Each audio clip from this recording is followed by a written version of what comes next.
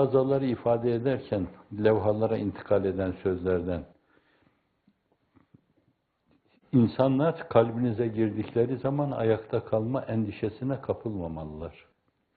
Evet, duygu ve düşünce itibariyle kalbinizde herkesin oturacağı bir sandalye olmalı. Çok rahat yani, senin de yerin var burada demelisiniz. Ama bahsettiğim gibi saflar halinde esasen.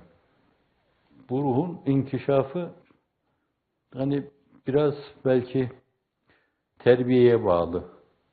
Yani ailede terbiyeye bağlı, sokağın o terbiyeyi delmemesine bağlı, mektebin o terbiyeyi ilmileştirmesine bağlı, mabedin o terbiyeyi ruhanileştirmesine bağlı şeyler.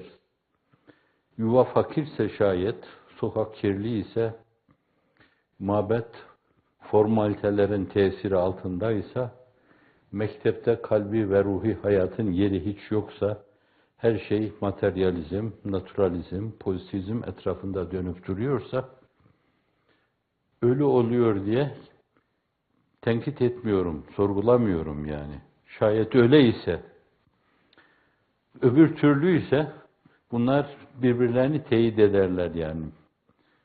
Birinin yaptığı şeyi diğeri bozmaz. Yuvada sağlam anne ve babadan, aile çevresinden aldığı şey sokaka, kumara atılan bir zar gibi bence zayi olmaz. Mabet onu ruhanileştirmek suretiyle derinleştirir.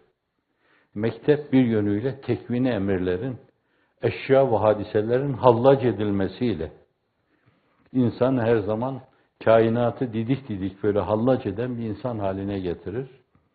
Bir derinleşme olur. Böylece biri birini yıkmaz yani. Sokak yuvaya rağmen olmaz. Mabet yuvaya rağmen olmaz. Mektep yuvaya rağmen olmaz. Hepsi aynı istikamette, aynı hedefte hareket ettikleri takdirde insan hayvaniyetten çıkar, cismaniyeti bırakır, belli ölçüde kalbin ve ruhun dereceyi hayatına yükselir.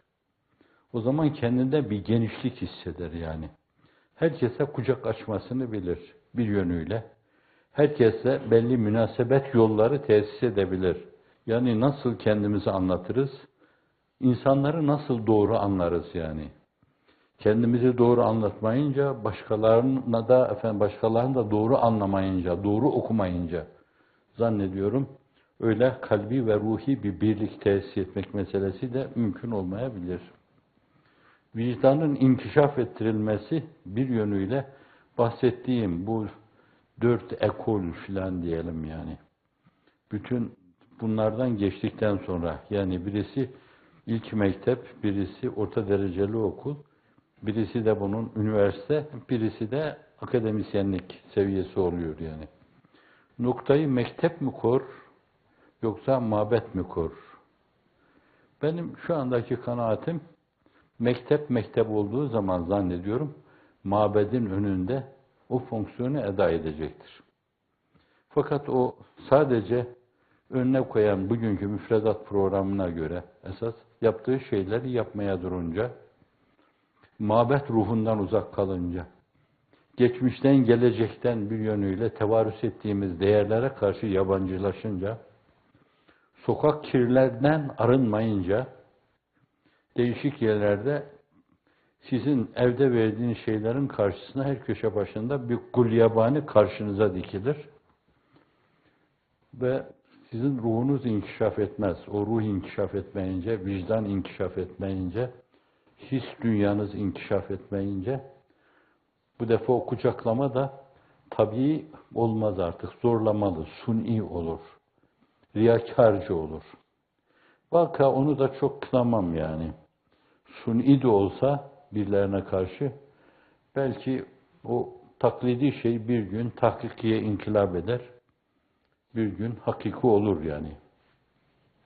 Ama meselenin böyle hakikatte başlayıp hakikatla noktalanması, hakikat adına beslenmesi veya bir güfte halinde ortaya konması, yine hakikat adına ona bir kafiye konması ve öyle bir kafiye ki adeta o manzumun bütün muhtevasını ifade edecek mahiyette kafiye konması, Bütün bunların bir araya gelmesine vabestedir. Bunlar bir araya geldiği zaman ancak o içtimai ruh hasıl olur.